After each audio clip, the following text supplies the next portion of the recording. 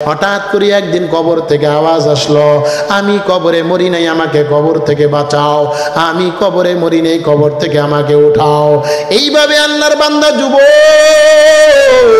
কবরস্থানের পাশ দিয়ে যাওয়ার সময় এই আওয়াজ পাওয়ার পর আল্লামা তারিক জামিল হাফিজাহুল্লাহ বলেন, ওই কবরস্থানের পাশে যুবকের সাইকেলটাকে পাশে রাখিয়া আল্লাহর বান্দা স্থানীয় ইমামকে ডাক দিলেন। ইমাম সাহেব, হুজুর কবর থেকে কেমন যেন আওয়াজ আসলো, কি ব্যাপার, কিসের আওয়াজ আসলো? ইমাম সাহেব কথাটাকে অতটা ভ্রুক্ষেপ করলেন না। ইমাম সাহেব কিছুক্ষণ পরে কথাটাকে একটু গুরুত্ব দিলেন। বারবার যুবক ডাক দিয়ে বলল, হুজুর কবর থেকে বাস্তবে আওয়াজ আসে। ইমাম সাহেব বললেন, বাস্তবে আওয়াজ আসে? তাহলে চলো কোন কবর থেকে আওয়াজ আসে। আল্লাহর বান্দা যুবকের কথা শ্রবণ করার পর আল্লাহর বান্দাকে সাথে নিয়ে ইমাম সাহেব এলাকার মুরব্বী বাবাদেরকে সঙ্গে নিয়ে কবরস্থানের পিছনে দিয়া কবরস্থানের গেট দিয়ে কবরস্থানের ভিতরে ঢুকিয়ে যায়। কবরস্থানের ভিতরে ঢোকার পর এবার কান লাগাইয়া দেখে কবর থেকে ভয়ঙ্কর আওয়াজ আসলো। কি আওয়াজ আসলো এতটুকু বোঝা যায়, আমি কবরের জগতে মরি নাই, আমাকে কবর থেকে উঠাও। এরে পর্দার অন্তরালের মা, আয়াতের জিন্দেগিতে বিপদে পড়ছো, তুমি তোমার স্বামীকে পাইছো, তুমি তোমার বড় ছোট সন্তানগুলাকে পাইলা, কিন্তু কবরের জগতে বিপদে পড়লে কাউকে তোমার পাশে পাওয়া যাবে না। আল্লাহর বান্দি কবর থেকে বলল, আমি কবরে মরি নাই, আমাকে কবর থেকে উঠাও। গভীরভাবে কান লাগাইয়া যখন গভীরভাবে শুনতে লাগলো, দেখলো বাস্তবে কবর থেকে ভয়ঙ্কর আওয়াজ আসতে লাগলো। এই কথা শ্রবণ করার পর আল্লাহর বান্দা যুবক এবার ইমাম সাহেব বললেন, কবরের একটু মাটি সরাও। মাটি সরাইয়া কিছু বাদ যখন সরানো হইল, এবার আওয়াজ আরো বেশি আসতে লাগলো। কবর থেকে বললো, আমি মরি নাই, আমাকে উঠাও। কিভাবে উঠাইব বলো? আল্লাহর বান্দি ডাক দেয়, আমাকে একটা কাপড়ের ব্যবস্থা করে দাও, আমি মরি নাই, আমাকে একটা কাপড়ের ব্যবস্থা করে দাও। বাইরে থেকে একটা কাপড়ের আয়োজন করা হইল। কাপড়টাকে যখন তাকে দেওয়া হয়, এই কাপড়টাকে গায়ে পেঁচাইয়া আল্লাহর বান্দি তার নিজের ঘরের দিকে রওনা দেয়। ঘরের দিকে রওনা দেওয়ার পর আল্লাহর বান্দি এবার নিজেকে কাপড় দ্বারা আবৃত করে নেয়, ঢেকে নেয়। আল্লাহর বান্দি ঘরের ভিতরে বাহির থেকে ডাসা লাগায় দেয়, দরওয়াজা লাগায় দেয়। আল্লাহর বান্দিকে বারবার বলা হয়, দরওয়াজা খোলো। আল্লাহর বান্দি ডাক দিয়ে বলল, না আমি দরওয়াজা খুলবো না। ভাই কেন খুলবা না বলো? আল্লাহর বান্দি বলে, আমার দেহের যে হালত, আমার চেহারার যে হালত, আমার মাথার যে হালত, আমার হাতের যে হালত, আমার পায়ের যে হালত, এই ভয়ঙ্কর পরিস্থিতি দেখিয়া তোমরা আমাকে সইতে পারবা না, তোমরা হয়তো অনেকেই হাত ফেল করে বসে থাকবা। আল্লাহর বান্দিকে বারবার বলা হয়, দরওয়াজা খোলো। আল্লাহর বান্দি দরওয়াজা খুলে না, বারবার বলছে দরওয়াজা খোল।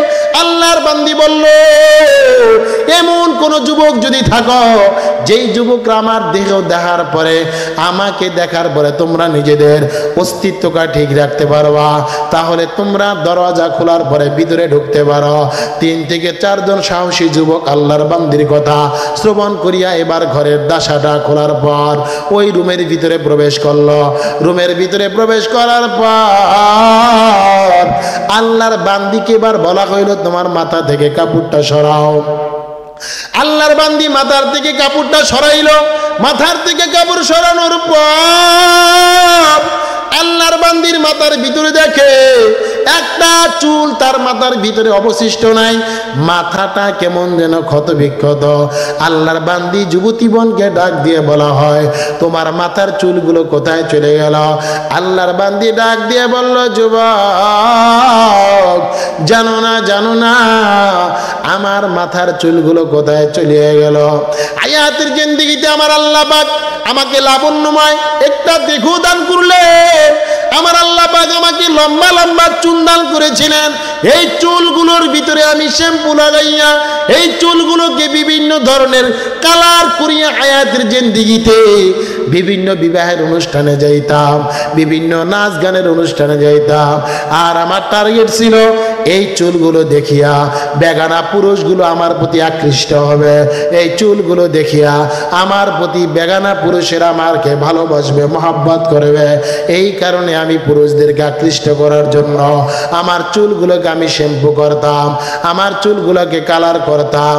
এবার আল্লাহর বান্দি বলেন, এই কালার করার কারণে আমার চুলগুলো ওই কবরের জগতে আসার পর এমন ভাবে বিষাক্ত সাপগুলো আমার মাথার ভিতরে দংশন করলো, আমার মাথার চুলগুলো উঠিয়া যায়। আল্লাহর বান্দিকে বলা হইল, তোমার চেহারা থেকে কাপড়টা সরাও। আল্লাহর বান্দি এবার চেহারা থেকে কাপড়টা সরাইল। চেহারা থেকে কাপড় সরানোর পর আল্লাহর বান্দির চেহারায় কোনো গোস্ত নাই, শুধুমাত্র হাড় কঙ্কালগুলো দেখা যায়। এরে আমার পর্দা নিশিমা, তোমাদেরকে জোরহাত ধরিয়া বলিয়া যাই, নিজের স্বামীকে খুশি করার জন্য শরিয়া সমর্থভাবে নিজেকে সাজসজ্জায় ডাকিয়া রাখো। এটা কখনো ইসলাম তোমাকে নিষেধ করে না।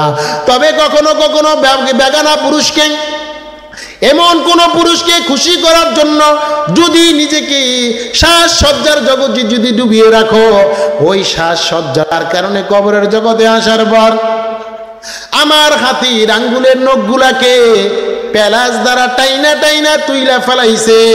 আজকে আমার এই করুণ হালতের একটাই কারণ, আমি দুনিয়ার হায়াতের জিন্দেগিতে আল্লাহর হুকুম মানে নাই, কোরআন এবং সুন্নাহর আহকামগুলোকে আমি মানে নাই, রাসূলুল্লাহর আদর্শটাকে আমি ফলো করার চেষ্টা করি, আদর্শগুলাকে মানি নাই, খাদিজাতুল কুবরার জীবনী মানার চেষ্টা করি নাই, রাবেয়া বুসরিয়াকে আমি ফলো করার চেষ্টা করি নাই।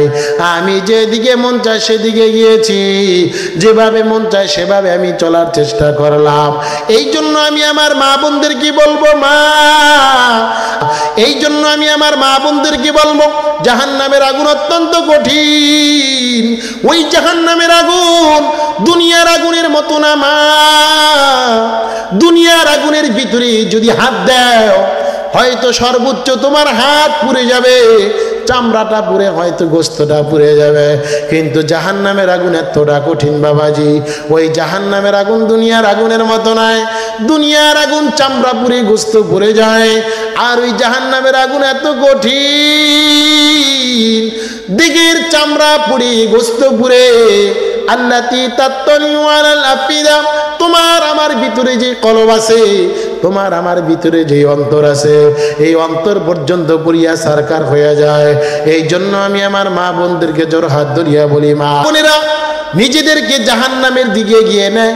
স্বামীর কথাগুলো যারা শ্রবণ করে না, কোরআন এবং সুন্নাহর কথাগুলো যারা মানে না, স্বামীর কথা শ্রবণ করা বলতে, স্বামী যখন পর্দার করতে কথা বলা হয় তখন স্বামীর সাথে ধমক দিয়ে কথা বলে, স্বামী যখন ভালো একটা কথা শ্রবণ করায়, যখন কোনো ভালো উপদেশ দেয়, তখন স্বামীর সাথে বদ মেজাজ দেখায়। আল্লাহ রাসূল বলেন, এমন বিবিগুলো জান্নাতে যাবে না। তবে এমন কোনো কথা মানা যাবে না।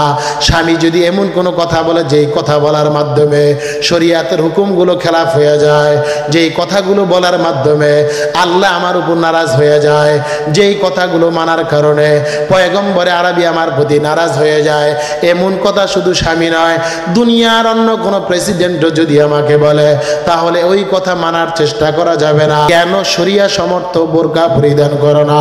কেন পর্দার অন্তরালে নিজেকে ঢেকে রাখো না? বিপদে পড়লে স্বামী তোমার পাশে থাকবে না, সন্তান তোমার পাশে থাকবে না।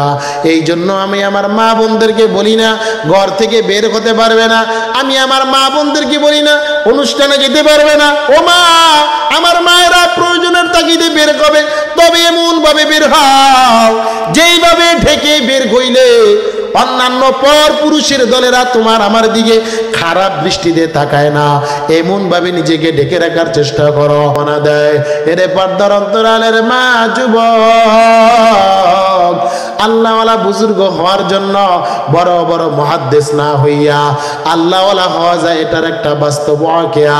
ইমাম গাজ্জালী রাহমাতুল্লাহ আলাইহি পাহাড়ের পাদদেশ দিয়ে যখন রওনা দেয়, ইমাম ইমাম গাজালি রহমাতুল্লাহ আলাইহি যখন রওনা দেয়, রওনা দেওয়ার পর হাঁটি হাঁটি পা পা করে আব্দুর রহমানের বাড়িতে গিয়ে উপস্থিত হয়।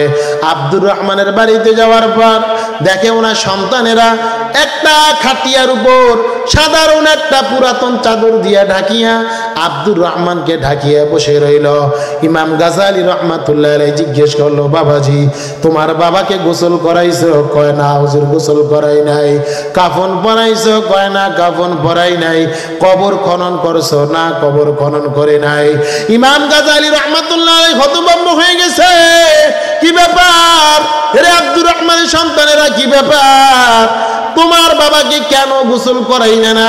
কেন এইভাবে তোমার বাবার জন্য কবর খনন করলা না? ইমাম গাজালি রহমাতুল্লাহ আলাইহি এই কথা শ্রবণ করার পর সন্তানেরা ডাক দিয়ে বলল, হুজুর আমার বাবাকে কিভাবে গোসল করাইব, আমার বাবাকে কিভাবে কবর খনন করব? আমাদের ঘর বাদে আমাদের আশেপাশে কোনো জায়গা নাই। আমরা যে জায়গা ক্রয় করিয়া আমার বাবার জন্য কবর খনন করব এতটুকু সামর্থ্য আমাদের নাই। সুতরাং আমরা কিভাবে কবর খনন করব? জায়গা যদি না থাকে, ইমাম গাজালি বললেন, তাহলে তোমার বাবার কবর খনন করার জন্য কোথায় জায়গা পাইব বলো? ইমাম গাজালি রহমাতুল্লাহ আলাইহি কথা শ্রবণ করিয়া আল্লাহর বান্দা উনার সন্তানেরা ডাক দিয়া বলল, হুজুর আমার এই যে বাবার যেই বাড়ি আছে হুজুর, এই বাড়ির আশেপাশে খ্রিস্টানদের বাড়ি, আমার বাবার বাড়ির আশেপাশে বেঈমানদের বাড়ি, আমার বাবার বাড়ি জায়গা ক্রয় করিয়া যদি সম্ভব হয় তাহলে কবর খনন করা যাবে। ইমাম গাজালি রহমাতুল্লাহ আলাইহি বললেন, আশেপাশে যে জায়গার মালিক, তাহলে এই জায়গার মালিক কারা? তাদের নিকট আমাকে নিয়ে চলো। ইমাম গাজালি রহমাতুল্লাহ আলাইহি আল্লাহর বান্দা ইমাম গাজালি রহমাতুল্লাহ আলাইহি নিয়ে খ্রিস্টানদের দরবারে চলিয়া যায়। তাদের সাথে কথোপকথন করিয়া জায়গা জমিন ক্রয় করিয়া ইমাম গাজালি রহমাতুল্লাহ আলাইহি বললেন, এরে আব্দুর রহমানের সন্তানেরা দ্রুত তোমরা চলিয়া যাও, তোমার বাবার জন্য কবর খনন করো।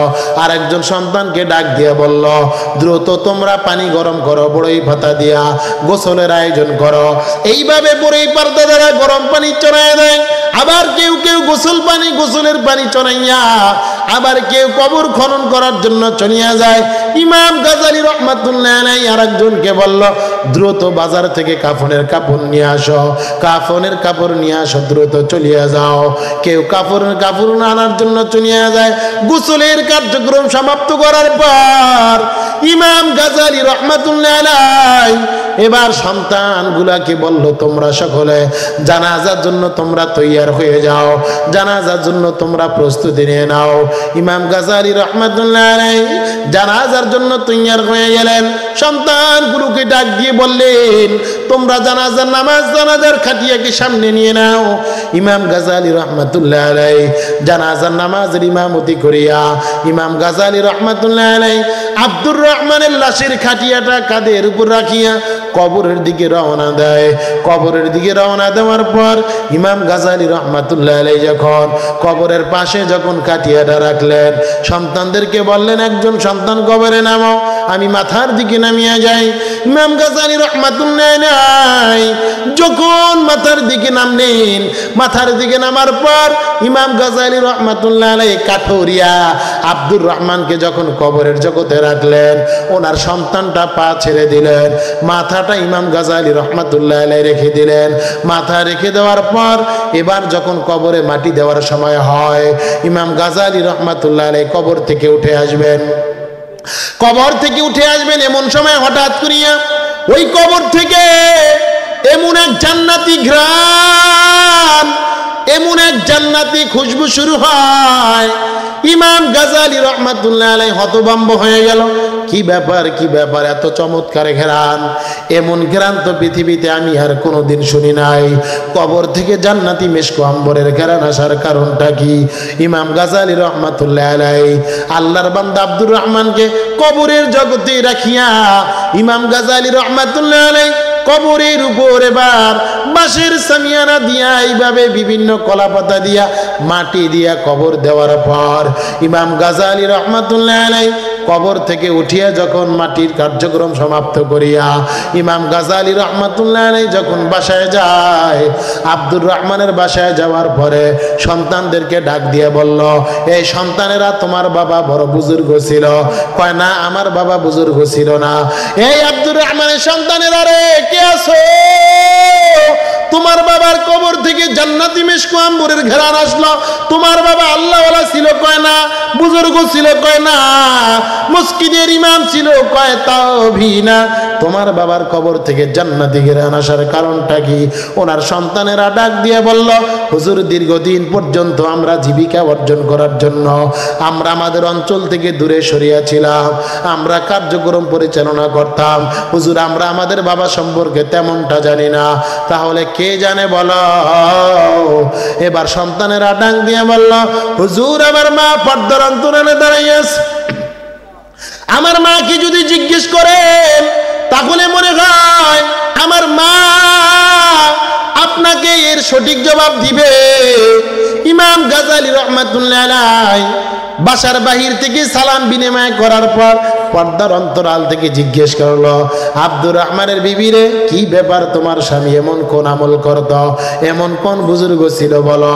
কোন বুজুর্গির কারণে আমার আল্লাহ পাক তোমার স্বামীর কবরটাকে জান্নাতের বাগান বানাইলো? এমন কোন আমল করার কারণে তোমার স্বামীর কবরটাকে মিশকু আম্বর দ্বারা ভরপুর করে দিল?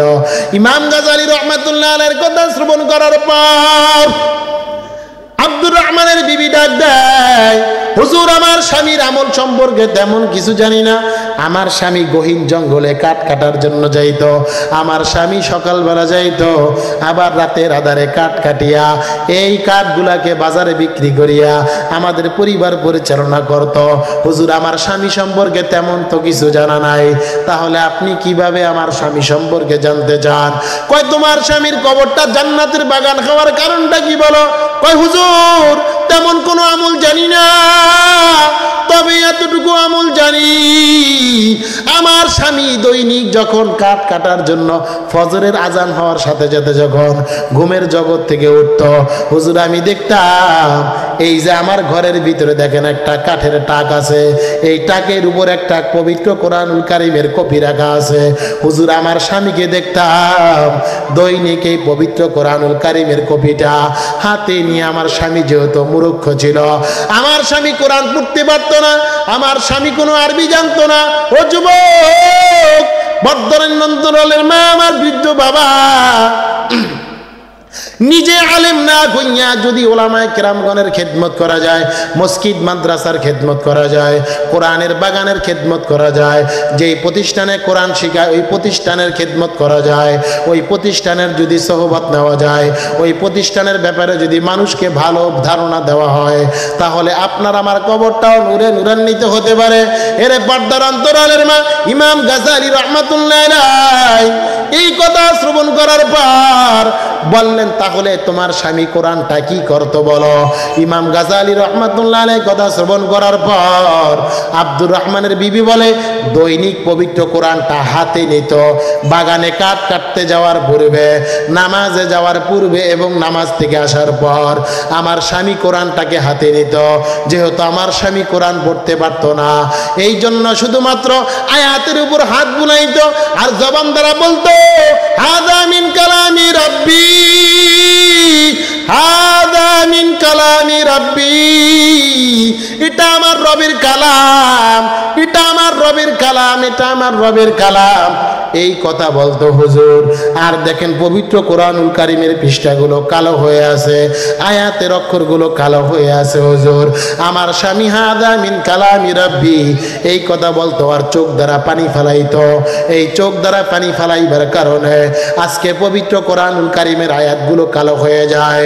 আমার ইমাম গাজালি রহমাতুল্লাহ আলাইহি ডাক দিয়ে বলল, এর পর্দার অন্তরালে আব্দুর রহমানের বিবি রে, আমার আর বুঝতে বাকি নাই, আল্লাহ পাক রব্বুল আলামিন আব্দুর রহমানের হাদা মিন কালামি রাব্বি, এতটুকু আমলকে আমার আল্লাহ এত পরিমাণ পছন্দ করলেন, এত পরিমাণ খুশি হইলেন, এতটুকু আমলের প্রতি খুশি হইয়া আমার আল্লাহ পাক রব্বুল আলামিন আব্দুর রহমানের কবরকে জান্নাতের বাগান বানাইছে। বলেন সুবহানাল্লাহ, জোরে বলেন সুবহানাল্লাহ।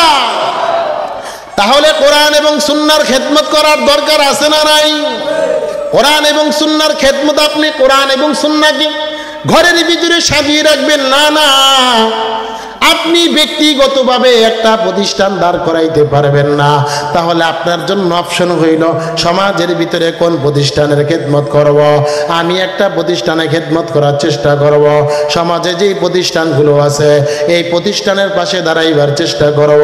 সমাজের ভিতরে একাধিক প্রতিষ্ঠান থাকা খারাপের কিছু নয় বাবাজি, একাধিক প্রতিষ্ঠান থাকতে পারে, তবে এই প্রতিষ্ঠানগুলো যদি তারা যদি প্রতিযোগিতামূলক যদি কোরআন এবং সুন্নাহর খেদমত করতে পারে, তাহলে সমাজের ভিতর থেকে বিভিন্ন আগাছা, বিভিন্ন ধরনের খারাপিগুলো বাবাজি এমনি এমনি দূর হয়ে যাবে।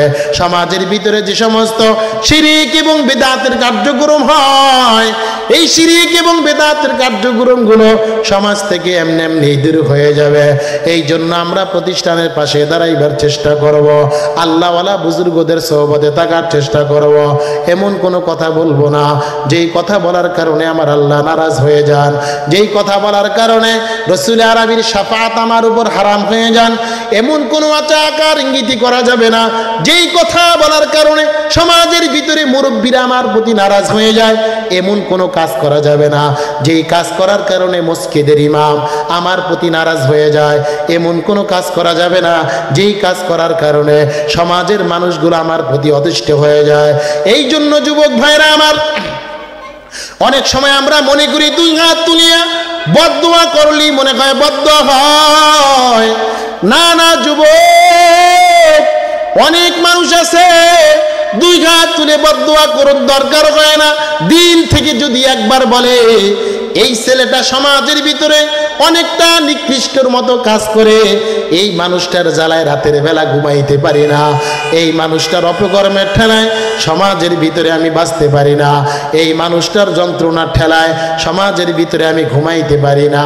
নারায়ে তাকবীর, প্রধান বক্তার আগমন, এই জোরে বলে নারায়ে তাকবীর, প্রধান বক্তার আগমন। মাহফিলের পক্ষ থেকে, মাহফিলের পক্ষ থেকে, গোসাইলাটবাসীর পক্ষ থেকে নারায়ে তাকবীর। এদিক তাকান, এদিক তাকান। হযরত জাস্ট টাইম ইনশাআল্লাহ মঞ্চে উপস্থিত হবেন। সারা বাংলায় আলোড়ন সৃষ্টিকারী ওয়াইস, প্রখ্যাত ওয়াইস জনাব আলহাজ হযরত মাওলানা মুফতি আব্দুর রহমান বেতাগী আমাদের মধ্যে এসে উপস্থিত হয়েছেন। সকলে বলি আলহামদুলিল্লাহ। আপনারা খুশি না বেজার? আরো জোরে বলেন খুশি না বেজার? হযরতে যদি আপনাদের জন্য কোরআন এবং সুন্নাহর কথা শুনাইবার জন্য সুদূর কামরাঙ্গীর চর থেকে আসতে পারে, তাহলে আমরা হযরতের নসিহত শ্রবণ করার জন্য আমরা মোনাজাতের আগ পর্যন্ত বসতে রাজি আছি ইনশাআল্লাহ। কে কে বসতে রাজি আছে ইনশাআল্লাহ? নারায়ে তাকবীর, হাত তোলে। নারায়ে তাকবীর, নারায়ে তাকবীর। কোরআন সুন্নাহর আলো আল্লাহ পাক কবুল করুক। সকলে বলো না আমিন। তাহলে আমরা হযরতে আসবেন, হযরতে নসিহত করবেন, আখিরি মোনাজাত দিবেন, তারপরে আমরা এখান থেকে আমরা ত্যাগ করব। এর আগে আমরা একটা মানুষও ইনশাআল্লাহ উঠবো না। তাহলে মোহতারাম হাজরিন, আমি যে কথা বলতেছিলাম, হযরতে কিছুক্ষণের ভিতরেই মঞ্চকে অলঙ্কৃত করবেন। এর পূর্বে আপনাদেরকে আমি সংক্ষিপ্ত যে কথাগুলো বুঝাইতে চেষ্টা করব, বুঝার চেষ্টা করেন। সমাজের ভিতরে এমন কোনো কাজ করবেন না যেই কাজের কারণে হযরত উলামায়ে কেরামগণ আপনার প্রতি কুধারণা টেনে আনেন। এমন কোনো কাজ করবেন না যেই কাজের কারণে আল্লাহওয়ালা বুজুর্গদের দিলের ভিতরে কষ্ট পায়। এমন কোনো কাজ করবেন না যেই কাজ করার মাধ্যমে সমাজের মসজিদের ইমাম তার দিলের ভিতরে কষ্ট পায়। এমন কোনো কাজ করা যাবে না।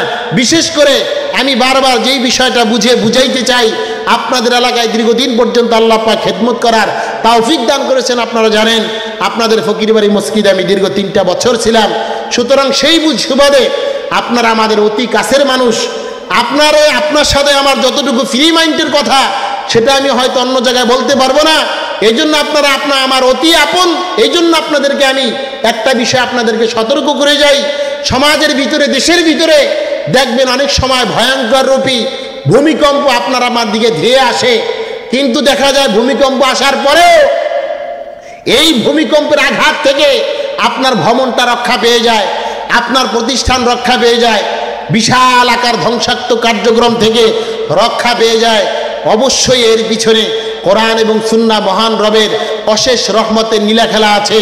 কোরআন এবং সুন্নাহ আজকে গভীর রজনীতে আপনাদেরই মহল্লায় যে সমস্ত মাদ্রাসা আছে, এই যে আমাদের ফোরকানিয়া মাদ্রাসা দীর্ঘদিন পর্যন্ত খেদমত করার সুযোগ হয়েছে। আমাদের সাইদুর রহমান মুসলমান, উনি এই প্রতিষ্ঠানের সভাপতি, আপনারা জানেন, আপনাদের এই মসজিদের সভাপতি। আমরা দীর্ঘদিন পর্যন্ত এই প্রতিষ্ঠানের সাথে জড়িত ছিলাম। আপনাদের এই কৃতি সন্তান জনাব মাওলানা আবু বকর ভাই সহ আমিও দীর্ঘদিন পর্যন্ত এই প্রতিষ্ঠানে ছিলাম। আজকে এই প্রতিষ্ঠানের কার্যক্রম চলমান। আমরা চাই এই প্রতিষ্ঠান আরও দীর্ঘ হোক এবং প্রতিষ্ঠানের কার্যক্রম আরও ব্যাগতিকভাবে এই কার্যক্রম আরও পরিচালিত হোক, এবং এই প্রতিষ্ঠান বাদে আরও প্রতিষ্ঠান সমাজের ভিতরে হয়েছে। সুতরাং আমি যেই বিষয়টা বুঝাইতে চাই, সমাজের ভিতরে যখন একাধিক প্রতিষ্ঠান হবে, বিশেষ করে আমাদের আবু বকর ভাই একটা মাদ্রাসা করেছেন, সাইফুল ইসলাম সাহেব একটা মাদ্রাসা করেছেন, আমাদের ফোরকানিয়া মাদ্রাসা আছে, যত প্রতিষ্ঠান হোক না কেন সমাজের ভিতরে যখন অধিক পরিমাণে প্রতিষ্ঠান হবে, তখন পড়াশোনার ভিতরে একটা প্রতিযোগিতামূলক ভাব পয়দা হবে। আর যখন প্রতিযোগিতামূলক ভাব পয়দা হবে, তখন সমাজের যে সমস্ত কচিকাঁচা আমাদের সন্তানগুলো প্রতিষ্ঠানের ভিতরে ভর্তি হবে, তাদের মাধ্যমে ভালো ফলাফল এবং শিক্ষার যে মান উন্নয়ন সেটা আমরা দেখতে পারবো। এই জন্য মুহতারাম হাজরিন, কোনো প্রতিষ্ঠানকে আমরা ছোট্ট করে দেখব না, কোনো প্রতিষ্ঠানের দিকে আমরা বদ নজর দেব না, কোনো প্রতিষ্ঠানের দিকে আমরা কোনো ধরনের কুধারণা করব না। আমরা দোয়া করি আল্লাহ পাক রব্বুল আলামিন প্রতিটা প্রতিষ্ঠানকে দাওরায়ে হাদিস পর্যন্ত, মাস্টার্স কমপ্লিট পর্যন্ত আল্লাহ তাআলা এই প্রতিষ্ঠান ফোরকানিয়া সহ প্রত্যেকটা প্রতিষ্ঠানকে কবুল করা, সকলে বলুন আমিন। মুহতারাম হাজরিন, তাহলে আমি যেই কথাটা আপনাদেরকে বলবো, এক নম্বর, সমাজের ভিতরে যখন কোনো বিবাহের অনুষ্ঠান হবে, আপনাদেরকে আমি জোর হাত ধরে বলে যাই, কখনোই বিবাহের অনুষ্ঠানের ভিতরে এমন কোনো কাজ করবেন না যেই কাজের মাধ্যমে আল্লাহ আপনার উপর নারাজ হয়ে যায়। আমি আপনাদেরকে বুঝাইতে চাই, আমরা ফজরের আগে 2 রাকাত সুন্নাত পড়ি। 2 রাকাত কি পড়ি বলেন? কথা কন, কি পড়ি? আমরা জোহরের নামাজের 4 রাকাত ফরজের আগে 4 রাকাত কি পড়ি বলেন? আচ্ছা, আমরা ডান হাতে পানি খাই, কি এটা কি বলেন? আচ্ছা, আমরা মাথায় টুপি দেই, এটা সুন্নত না নফল? এটা সুন্নত। তার মানে আমরা যখন কোনো সুন্নতের ইবাদত বন্দেগী করি, রসুলের যখন কোনো সুন্নতের আদর্শ আমরা পালন করি, সুন্নতের আদর্শ সুন্নত পালন করতে গিয়া আমরা কি 4 রাকাত সুন্নতের আগে, জোহরের 4 রাকাত সুন্নতের আগে কখনো আমরা ঢোল তবলা বাজাই? কথা কয় না, বাজাই? আমরা ফজরের 2 রাকাত, ফরজের আগে 2 রাকাত সুন্নত পড়ি, সুন্নতের আগে আমরা ড্যাক সেট বাজাই বলেন? কখনোই কিন্তু আমরা বাজাই না। তার মানে আমরা মসজিদের ভিতরে 2 রাকাত সুন্নত আদায় করলাম, 4 রাকাত সুন্নত আদায় করলাম, সুন্নতে গায়রে মুআক্কাদা আসরের 4 রাকাত সুন্নত আদায় করলাম। এই সুন্নতগুলো আদায়ের পূর্বে কখনোই আমরা ঢোল বাজাইলাম না, গান বাজাইলাম না। ঠিক তেমনি ভাবে রসুল আরবি বলেন, আন নিকাহু মিন সুন্নতি ফামার রাগিবা আন সুন্নতি ফালাইসা মিন্নি। আমি রসুলের সুন্নতি, বিবাহ বন্ধনে আবদ্ধ হওয়া, পানি খাওয়া যেমনি ভাবে সুন্নত, সুন্নত তরিকে আমরা পানি খাই। মসজিদে 4 রাকাত ফরজের পূর্বে আমরা 4 রাকাত সুন্নতের আমল করি। আমরা ফজরে 2 রাকাত ফরজের পূর্বে আমরা 2 রাকাত সুন্নত আদায় করার চেষ্টা করি। ওই সুন্নত আদায় করার পূর্বে যেমনি ভাবে আমরা কখনো গান বাদ্য বাজাই না, হারমোনিয়ামের আমল করি না, ঠিক তেমনি ভাবে মুহতারাম হাজরিন, বিবাহ বন্ধনের মধ্যে একটা সুন্নতি আমল করতে গিয়ে সমাজের ভিতরে আজকে থেকে ওয়াদাবদ্ধ হব, কখনোই কোনো ধরনের গায়ে হলুদ অনুষ্ঠান করব না, সমাজের ভিতরে কখনো ডেকসেট বাজাইয়া মুরব্বী বাবাজির ঘুম হারাম করব না, অসুস্থ মানুষের ঘুম হারাম করব না, মানুষের বদদোয়া পেতে হয় এমন কোনো কার্যক্রম আমরা সমাজের ভিতরে করব না ইনশাআল্লাহ। আল্লাহ পাক রব্বুল আলামিন কবর হাজিরিন ওয়াদাবদ্ধ হতে হবে। মনে রাখবেন, আমি একটা কথা শুরুতেই বলেছিলাম, কবরের জগতে যাওয়ার পরে আর কেউ বলবে না, আর আপনাকে কেউ পা ধরে ডাকবে না, আপনাকে কখনোই মাওলানা সুলাইমান বলবে না বাবাজি মসজিদে আসো, আপনাকে কখনোই মাওলানা আবু বকর বলবে না এই মসজিদে আসো। যতটুকু বলার, যতটুকু শ্রবণ করার, আপনাকে হায়াতের জিন্দেগিতে চোখ দুটো খোলা থাকার হালতেই আপনাকে বুঝতে হবে, শিখতে হবে, জানতে হবে, আমল করতে হবে, কোরআন এবং সুন্নাহ রিসার্চ করতে হবে। আপনি বলবেন হুজুর আপনার কথা শুনবো না, মসজিদের ইমামের কথা শুনবো না, তাহলে আপনি নিজে পড়েন না, পবিত্র কোরআন শিখেন, পবিত্র কোরআন শিখেন, রসুলুল্লাহর হাদিসগুলো শিখেন। রসুলুল্লাহর হাদিস শিখার পরে সেখানে দেখেন পয়গম্বর আরবি কি বলে, আল্লাহ পাক আপনাকে কি মেসেজ দেয়, রসুলে আরবি আপনাকে বিবাহ বন্ধনের অনুষ্ঠান সম্পর্কে আপনাকে কি মেসেজ দেয়, এই বিষয়গুলো শিখে নিজে আমল করার চেষ্টা করেন, অপর মানুষগুলাকে আমল করাইবার চেষ্টা করেন। মুহতারাম হাজিরিন, ওলামায়ে কেরামগণ কখনো বলেন না সন্তানগুলোকে ডাক্তার বানানো যাবে না, ডক্টর বানানো যাবে না, ইঞ্জিনিয়ার বানানো যাবে না, ব্যারিস্টার বানানো যাবে না। ওলামায়ে কেরামগণ কখনো বলেন না, আল্লাহ ওয়ালা বুজুর্গ ওলামায়ে কেরামগণ বলেন মুসলমানের সন্তান ডাক্তার হবে, ডক্টর হবে, ইঞ্জিনিয়ার হবে, ব্যারিস্টার হবে, বড় বড় বিজনেসম্যান হবে। এটা মুসলমানদের জন্য, এটা মুসলমানদের জন্য অত্যন্ত একটা আনন্দের ব্যাপার, সুসংবাদের ব্যাপার। তবে আমি আমার যুবক বন্ধুদের কি বলবো, যাদের কচি কাঁচা মাসুম বাচ্চারা আছে, সকালবেলা এখন দেখা যায় মক্তবগুলো খালি থাকে, মক্তবের ভিতরে আমরা বাচ্চা দিতে চাই না। অথচ আমরা আগের জমানায় দেখতাম সকালবেলা যখন হইতো ফজরের সময় মা আজান হওয়ার সাথে সাথে মা বাবা ঘুম থেকে উঠিয়া মা বাবা ফজরের নামাজ আদায় করার পর সন্তানগুলোকে বলতো, বাবাজি দ্রুত চলে যাও, মক্তবে চলে যাও। কোরআন এবং কায়দা কাঁধে নিয়ে দেখতাম সন্তানগুলো মসজিদ পানে ছুটে আসতো, মক্তব পানে ছুটে আসতো, ফুরকানিয়া গুলোর পাশে ছুটে যাইতো। কিন্তু আজকে আমাদের সন্তানগুলো মসজিদ মুখী হয় না, মক্তব মুখী হয় না, ফুরকানিয়া মুখী হয় না। কেন? যতদিন পর্যন্ত মনে রাখবেন আমাদের সন্তানগুলো মসজিদ মুখী হবে না, কোরআন মুখী হবে না, মাদ্রাসা মুখী হবে না, আল্লাহওয়ালা বুজুর্গ মুখী হবে না, ওলামায়ে কেরামগণ মুখী হবে না, ততদিন পর্যন্ত এই সন্তানগুলোর মাধ্যমে খারাপ কার্যক্রম বন্ধ হওয়া সম্ভব নয়, সমাজের ভিতরে অপকর্ম বন্ধ হওয়া সম্ভব নয়। আল্লাহওয়ালা বুজুর্গদের বদ দোয়া যদি নিয়ে নেয় তাহলে কিন্তু এই সন্তানের মাধ্যমে ফলাফল ভালো হবে না। তাহলে আমরা যে কথাটা বুঝাইতে চাই, সন্তানগুলো ডক্টর হবে, ডাক্তার হবে, বড় বড় ব্যারিস্টার হবে, ইঞ্জিনিয়ার হবে। তবে ইঞ্জিনিয়ার হওয়ার পূর্বে, ডাক্তার ডক্টর হওয়ার পূর্বে আপনাদের আশেপাশে মাদ্রাসাগুলোর ভিতরে আপনার আমার নবজাতক সন্তানটাকে ভর্তি করে দেন। সন্তানটার দিলটা যখন নরম থাকে, এই সন্তানটাকে যদি নরম দিলওয়ালার হালতে সন্তানটাকে যদি ফুরকানিয়ায় ভর্তি করে দেন, এই সন্তানটাকে ওস্তাদ কর্তৃক যখন কালিমার তালকিন দেওয়া হবে, কালিমা শিক্ষা প্রদান করা হবে, তাওহীদ এবং রিসালাতের ধ্বনি তার দিলের ভিতরে জায়গা করে নেবে। এক পর্যায়ে সন্তানটা যখন কোরআন এবং সুন্নাহ শিক্ষার পরে, তখন যখন সে আউট শিক্ষার জন্য বহির্বিশ্বে যখন রওনা দেবে, অথবা বাংলার জমিনের অন্যান্য শিক্ষার জন্য সে যখন রওনা দেবে, প্রস্তুতি নেবে, এই সন্তানটা শিক্ষা কার্যক্রম সমাপ্ত করার পর যখন রাষ্ট্রের কোনো প্রতিনিধিত্ব হওয়ার চেষ্টা করবে, এই সন্তানটা যখন সরকারি চাকরিজীবী হবে, এই সন্তানটা যখন বিজনেসম্যান হবে, এই সন্তানটা যখন ওয়াকিল হবে।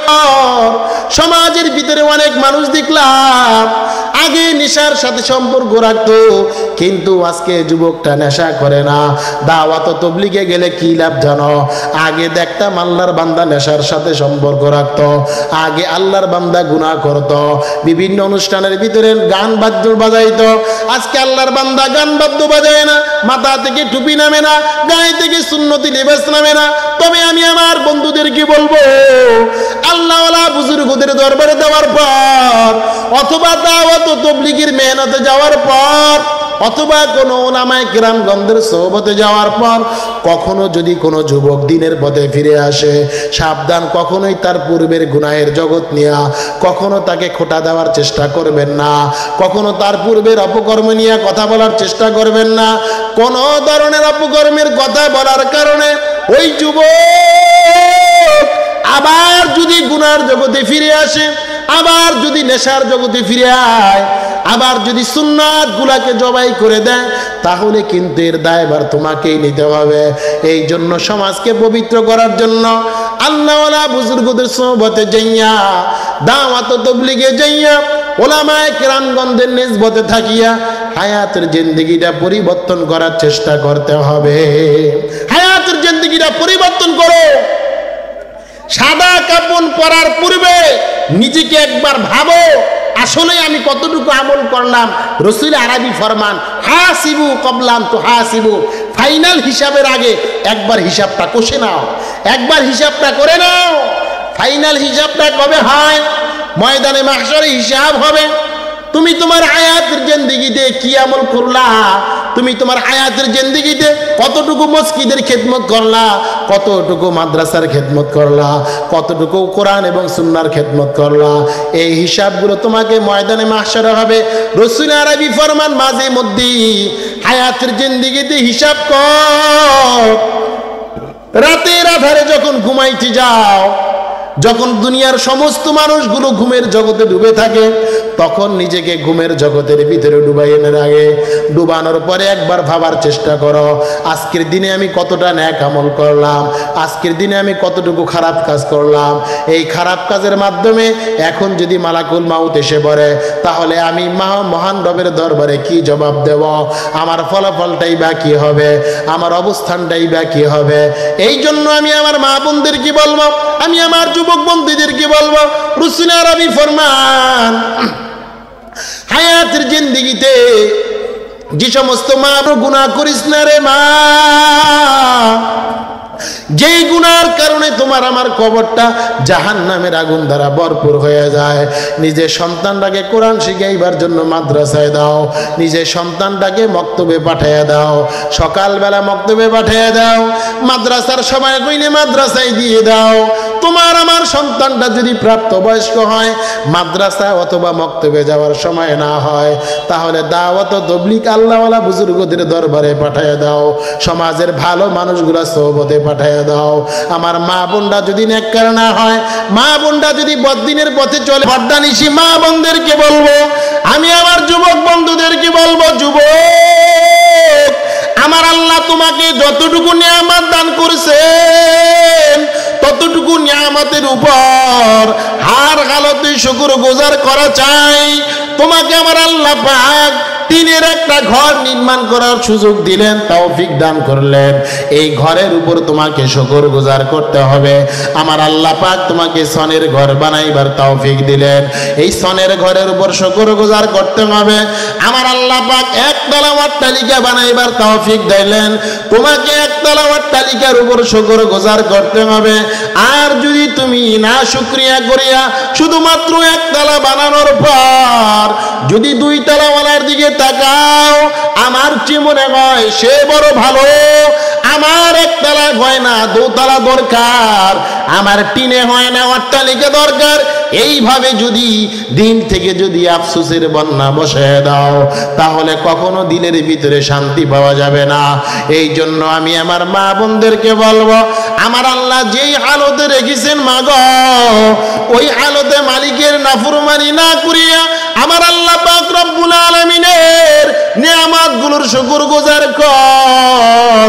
সন্তানগুলোকে কোরআন এবং সুন্নাহর উপর অবিচল রাখার জন্য চেষ্টা করো মা। পবিত্র কোরআনুল কারীম থেকে আমি আয়াতে কারিমা তেলাওয়াত করলাম।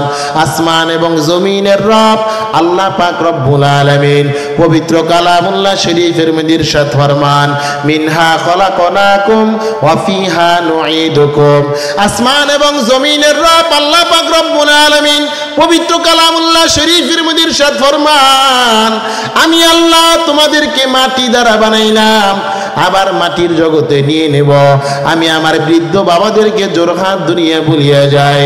আলোচনার কোন কথাটা তোমার আমার দিলটা অ্যাটাক করিয়ে নেয়, বলা যায় না কোন আলোচকের আলোচনা তোমার আমার দিলের ভিতরে গাঁথিয়া যায়। ও মাগো, এই জন্য আমি আমার মা বোনদেরকে বলবো, ওই কবরের জগতের ভাবনাটা মাঝে মাঝে ভাবা উচিত। রাতের গভীরে উঠিয়া বালিশের উপর মাথাটা রাখিয়া, মাথাটাকে এইভাবে হাতের উপর রাখিয়া একটু ভাবনার জগতে নিজেকে ডুবাইয়া দেওয়া উচিত।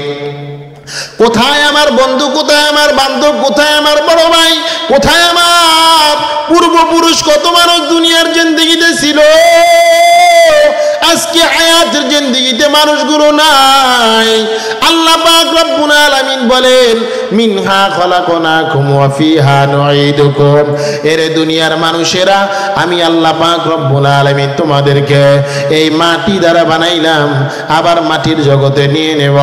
আসমান এবং জমিনের রব আল্লাহ পাক বুঝার চেষ্টা করেন, মাটি দ্বারা বানাইয়া মাটির জগতে নেওয়ার পর আল্লাহ পাক যদি ক্ষান্ত থাকতেন তাহলে আপনার আমার ওয়াজ মাহফিলে আসার কোনো দরকার হইতো না, মসজিদ বানানোর কোনো দরকার হইতো না, ওলামায়ে কেরামগণদের সোহবতে যাওয়ার কোনো দরকার হইতো না, আল্লাহওয়ালা বুজুর্গদের মজলিসে যাওয়ার কোনো দরকার হইতো না, এইভাবে কোরআন এবং সুন্নাহর মজলিসের কোনো দরকার হইতো না।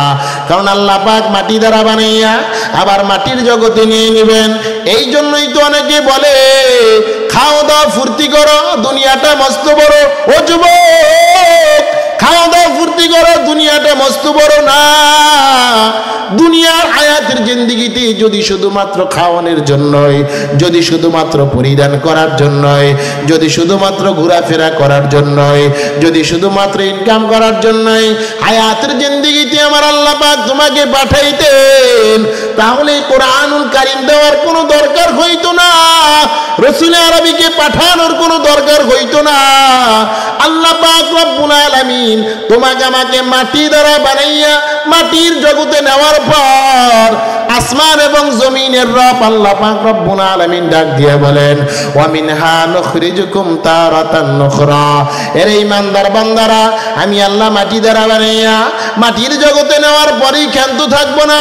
আমি আল্লাহ মাটি দ্বারা বানাইছি, আবার মাটির জগতে নেওয়ার পর আমি আল্লাহ মাটির জগৎ থেকে তোমাকে পুনরুত্থিত করব, আমি আল্লাহ পাক তোমাকে পুনরুজ্জীবিত করব। ও আব্দুল্লাহ রহিমা খাতুন, হায়াতের জিন্দেগিতে কি পরিমাণ নেক আমল করেছো, হায়াতের জিন্দেগিতে কি পরিমাণ ভালো কাজ তুমি তোমার জিন্দেগিতে করেছো, এই বিষয়টা আসমান এবং জমিনের রব আল্লাহ পাক রব্বুল আলামিন আপনাকে আমাকে কবরের জগতে মার রব্বুকা এই প্রশ্ন করার মাধ্যমে আপনাকে স্মরণ করায় দেবেন।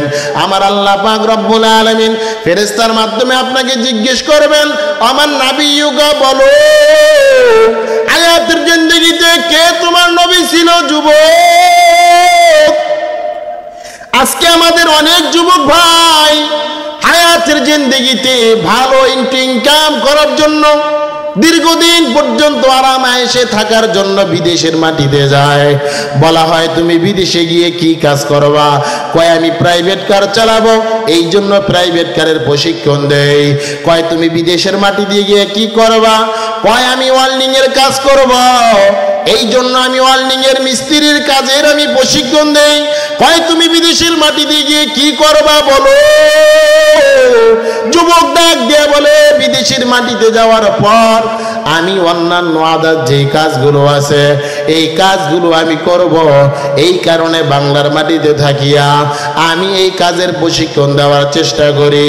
এর পর্দার অন্তরালের মা যুবক ভাই, সামান্যটুকু হায়াতের জিন্দেগিতে আরামে থাকার জন্য, একটু ভালো ইনকাম করার জন্য, সামান্য কয়েকদিন বিদেশের মাটিতে থাকার জন্য বাংলার জমিন থেকে যদি প্র্যাকটিস করিয়া প্রশিক্ষণ দিয়া যদি বিদেশের মাটিতে যেতে হয় ভালো একটু ইনকাম করার জন্য, ওই কবরের জগতে যাওয়ার পূর্বেও তুমি আমি যে মার রব্বুকার জবাব দেব রব্বি আল্লাহ, এর পূর্বে কি পরিমাণ রবের কাজ করেছো, এই পূর্বে তুমি রবের আহকামগুলো কি পরিমাণ মেনেছো।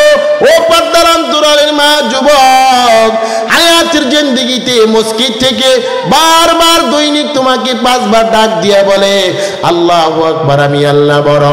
তোমার হায়াতের জিন্দেগির কার্যক্রমগুলো ছোট। মসজিদের মিনারা থেকে মুয়াজ্জিন ডাক দেয় আল্লাহু আকবার, আমি আল্লাহ বড়। তোমার খেতি খামারের কাজগুলো ছোট। আল্লাহ পাক ডাক দিয়ে বলেন আল্লাহু আকবার, আমি আল্লাহ বড়। তোমার পরিবারের সদস্যগুলো ছোট। এইভাবে দৈনিক 5 বেলা তোমাকে আমাকে ডাক দেয় আল্লাহু আকবার, আমি আল্লাহ বড়। কিন্তু হায়াতের জিন্দেগিতে কত নাফরমান দেখা যায়। মসজিদের মিনারা থেকে আমার আল্লাহ ডাক দেয়, ডাক দেওয়ার পরেও কত নাফরমান নিজের কার্যক্রম নিয়ে বড় ব্যস্ত হয়ে পড়ে, নিজের ব্যবসা নিয়ে বড় ব্যস্ত হয়ে পড়ে, নিজের প্রতিষ্ঠান নিয়ে ব্যস্ত হয়ে পড়ে, নিজের কৃষি কার্যক্রম নিয়ে ব্যস্ত হয়ে পড়ে। ও যুবক, আসমান এবং জমিনের রব আল্লাহ পাক রব্বুল আলামিন তোমাকে আমাকে কার্যক্রম করার জন্য শক্তি দিলেন, পরিবার চালাইবার জন্য শক্তি দিলেন। আমার আল্লাহ কখনো বলেন নাই সারাক্ষণ মসজিদে, সারাক্ষণ মাদ্রাসায় গিয়া, ওয়াজের প্যান্ডেলে গিয়া সারাক্ষণ বসে থাকো। না না, আমার আল্লাহ পাক বলেন, ইমানদার বান্দা, আমি আল্লাহ পাক সারা দিনের ভিতরে সব সামান্য কয়েকটা মিনিটের জন্য আমি আল্লাহ পাক মসজিদ থেকে তোমাকে ডাকলাম। আমি আল্লাহ পাকের ডাকার সাড়া দেওয়ার পর হায়াতের জিন্দেগিতে যতই কাজ তুমি করো না কেন, যতই কার্যক্রম তুমি পরিচালনা করো না কেন, আমি আল্লাহ পাক রব্বুল আলামিন এই কার্যক্রমগুলোকে তোমাকে আমি বিফলে দেব না। তুমি তোমার পরিবার পরিচালনা করবা করো, তুমি তোমার ক্ষেত খামার করবা করো, তুমি তোমার ব্যবসা বাণিজ্য করো। আসমান এবং জমিনের রব আল্লাহ পাক যদি 5 ওয়াক্ত নামাজ আদায় করার পর হায়াতের জিন্দেগিতে যদি ব্যবসা বাণিজ্য, চাকরি বাকরি এবং প্রতিষ্ঠান পরিচালনা, ক্ষেত খামারের কাজ যদি বান্দা করে, আমার আল্লাহ পাক রব্বুল আলামিন সমস্ত কার্যক্রমের এই কাজগুলোকে আল্লাহ পাক নেকের মাধ্যমে ভরপুর করে দেবেন। বলেন সুবহানাল্লাহ। নারায়ে তাকবীর। আরে দুই হাত তুলে নারায়ে তাকবীর।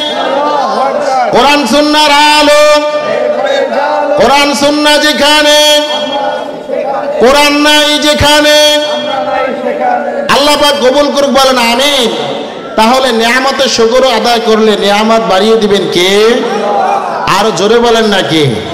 হায়াতের জিন্দেগিতে একবার আল্লাহর নাম নিলে কতটা লাভ, কতটা আপনাকে বেনিফিট দেওয়া হবে, এটা হয়তো এখন বুঝে আসবে না। আল্লাহ তাআলার এক বান্দা কবরস্থানের পাশ দিয়ে রওনা দেয়। রওনা দেওয়ার পরে হঠাৎ করিয়া কবর থেকে আওয়াজ আসে যে পবিত্র কোরআনুল কারীমের তেলাওয়াত হচ্ছে। আল্লাহ তাআলার বান্দা আশ্চর্যান্বিত হয়ে হতভম্ব হয়ে আল্লাহ পাকের বান্দা বলে সুবহানাল্লাহ, এই গোরস্থানের কবর থেকে এইভাবে পবিত্র কোরআনুল কারীমের আওয়াজ আসে। লোকটা না জানি কত বড় বুজুর্গ ছিল, না জানি কত বড় আল্লাহওয়ালা ছিল। এই কথা বলি আল্লাহর বান্দা বলে, ভাই তুমি পবিত্র কোরআনুল কারীমের খতম কতবার দিয়েছো? কয় আমি কত শতবার পবিত্র কোরআনুল কারীমের খতম কবরের জগতে আমি দিয়েছি। আমি পবিত্র কোরআনুল কারীমের অগণিত তেলাওয়াত আমি হায়াতের জিন্দেগিতে করতাম, যার কারণে মহান রবের থেকে আমি অনুমতি নিয়ে পবিত্র কোরআনুল কারীমের তেলাওয়াত কবরের জগতেও আমি করতে থাকি। এবার আল্লাহ পাকের বান্দা বললেন উপর থেকে, তাহলে তোমার চেয়ে সৌভাগ্যবান মানুষ আর পৃথিবীতে হতে পারে না। আল্লাহর বান্দার এই কথা শ্রবণ করার পরে বলল, বাবাজি হায়াতের জিন্দেগিতে তুমি মাটির উপরে থাকিয়া একবার সুবহানাল্লাহ বলিয়া যেই পরিমাণ নেকি তুমি অর্জন করলা, কবরের জগতে হাজারো লক্ষবারও যদি পবিত্র কোরআনুল কারীমের তেলাওয়াতের খতম দেওয়া হয়, তোমার একবার সুবহানাল্লাহর সমপরিমাণ শতবার পবিত্র কোরআনুল কারীমের খতমের কোনো নেকি আমাকে আল্লাহ পাক দেবে না। বলেন না সুবহানাল্লাহ। তার মানে মহান রব যতদিন পর্যন্ত আপনাকে আমাকে হায়াত দেন, ততদিন পর্যন্ত সুযোগ আছে আপনাকে আমাকে ন্যাক অর্জন করার, আপনাকে আমাকে ভালো কাজ করার। কবরের জগতে যাওয়ার পরে নেকি অর্জন করার কোনো সুযোগ থাকবে? আরো জোরে কয় না, সুযোগ থাকবে? তাহলে যতদিন মহান রব আপনাকে আমাকে হায়াত দেন, ততদিন পর্যন্ত সুযোগ আছে। সুবহানাল্লাহ, আলহামদুলিল্লাহ, আল্লাহু আকবার, মহান রবের সিফতি নামের জিকির, রসুল আরবির দুরুদের আমল, ততদিন পর্যন্ত আল্লাহ পাক রব্বুল আলামিন আপনাকে আমাকে হায়াতের ভিতরে বরকত দান করেন, ততদিন পর্যন্তই আপনাকে আমাকে নেকি অর্জন করার সুযোগ আছে। আল্লাহ পাক ভরপুর নেকি অর্জন করার তৌফিক দান করেন। সকলে বলুন আমিন। তাহলে মুহতারাম হাজিরিন, কবরের জগতে যাওয়া লাগবে, এর কোনো গ্যারান্টি আপনাকে কেউ দিতে পারবে যে আপনি কবরে যাবেন না? এমন কোনো গ্যারান্টি কেউ দিতে পারবে বলেন? আচ্ছা, মাহফিল থেকে বের হয়ে আপনাকে আমাকে বাসা পর্যন্ত যাওয়ার সুযোগ আছে, এমন কোনো গ্যারান্টি কেউ দিতে পারবে? আচ্ছা, আগামীকাল জোহরের নামাজ জামাতের সাথে আদায় করতে পারবেন, এমন কোনো গ্যারান্টি কেউ দিতে পারবে? কেউ আপনাকে দিতে পারবে না। সুতরাং হযরতে মালাকুল মাউত কখন আপনার আমার জানটাকে কবজা করে নিয়ে যায়, কবর পথের যাত্রী আপনাকে আমাকে কখন বানিয়ে দেন, এর কোনো গ্যারান্টি, এর কোনো ওয়ারেন্টি, এর কোনো সময় সীমা আপনার আমার জন্য কেউ নির্ধারণ করে দিতে পারবে। তার মানে বোঝা যায় কি, প্রতিটা মুহূর্ত, প্রতিটা সেকেন্ড আপনাকে আমাকে এমন হালতে থাকতে হবে যে হযরতে মালাকুল মাউত যখনই আসবে, আমাকে যখনই গ্রেপ্তার করে নিয়ে যাবে, তখনই যাতে করে আমি কবরের জগতে গিয়ে মার রব্বুকার জবাব আমি দিতে পারি, ওমান নাবিয়ুকার জবাব আমি দিতে পারি, ওমান হাযার রাজুল আল্লাযী বুইসা ফীকুম, এই জবাব যাতে করে আমি দিতে পারি। এখন যদি আমি রবের কাজ না করি, আল্লাহর কদমে যদি দুনিয়ার হায়াতের জিন্দেগিতে জীবিত থাকার হালতে যদি আমি সেজদা না দেই, তাহলে কিন্তু কবরের জগতে বলতে পারবো না আমার রব ছিল আল্লাহ। আমি কথা বলতে পারবো না হায়াতের জিন্দেগিতে আল্লাহ পাক রব্বুল আলামিন আপনাকে আমাকে যেই ধনভাণ্ডারের মালিক বানাইলেন, এই ধনভাণ্ডারের মালিক বানানোর পরে যদি আল্লাহ পাক হজ ফরজ করেন, হজ ফরজ করার পর যদি হজ আদায় না করি, তাহলে বলতে পারবো না আমার রব ছিল আল্লাহ। আমার রব আপনাকে আমাকে হায়াতের জিন্দেগিতে যেখানে যতটুকু দিক নির্দেশনা দিয়েছেন, এই দিক নির্দেশনাগুলো যদি আমি না মানি, তাহলে আমি কবরের জগতে বলতে পারবো না আমার রব ছিল আল্লাহ। আমার রব ছিল আল্লাহ এই কথা বলা যাবে না। দুনিয়ার হায়াতের জিন্দেগিতে দেখবেন মাদ্রাসায় 3টা পরীক্ষা হয় বছরে, প্রথম সাময়িক পরীক্ষা, দ্বিতীয় সাময়িক পরীক্ষা, তৃতীয় সাময়িক ফাইনাল পরীক্ষা। এই 3টা পরীক্ষার আয়োজন করে বাবাজি, বুঝার চেষ্টা করবেন। মরণের পরে আপনাকে আর কেউ বলবে না কোরআন এবং সুন্নাহর আলোচনা শ্রবণ করো, হায়াতের জিন্দেগিটা পরিবর্তন করো, হায়াতের জিন্দেগিটাকে কোরআন এবং সুন্নাহর রং দ্বারা সাজায় নাও। এই কথা আপনাকে কেউ বলবে না। মসজিদের ইমাম বলবে না, মাওলানা সুলাইমান আপনাকে বলবে না, মাওলানা আবু বকর বলবে না, মৌলভী আব্দুল মালিক সাহেব বলবে না, অন্যান্য উলামায়ে কেরামগণ আপনাকে বলবে না। এই যুবক ভাই, এখনো সময় আছে, তুমি কবর থেকে উঠিয়া আল্লাহর ঘরে তুমি গিয়ে মহান রবের কদমে সেজদা দাও। এই কথাটা তোমাকে কেউ বলবে না। এই জন্য হায়াতের জিন্দেগিতে যতদিন মহান রব আপনাকে আমাকে সুস্থতা সম্পূর্ণ হায়াত দান করেন, ততদিন পর্যন্ত আল্লাহ পাক আপনাকে আমাকে সুযোগ দিয়ে দেয়, ইমানদার বান্দা সময় থাকতে ফিরে আসো, আল্লাহর ঘরে তুমি ফিরে আসো, মালিকের কুদরতি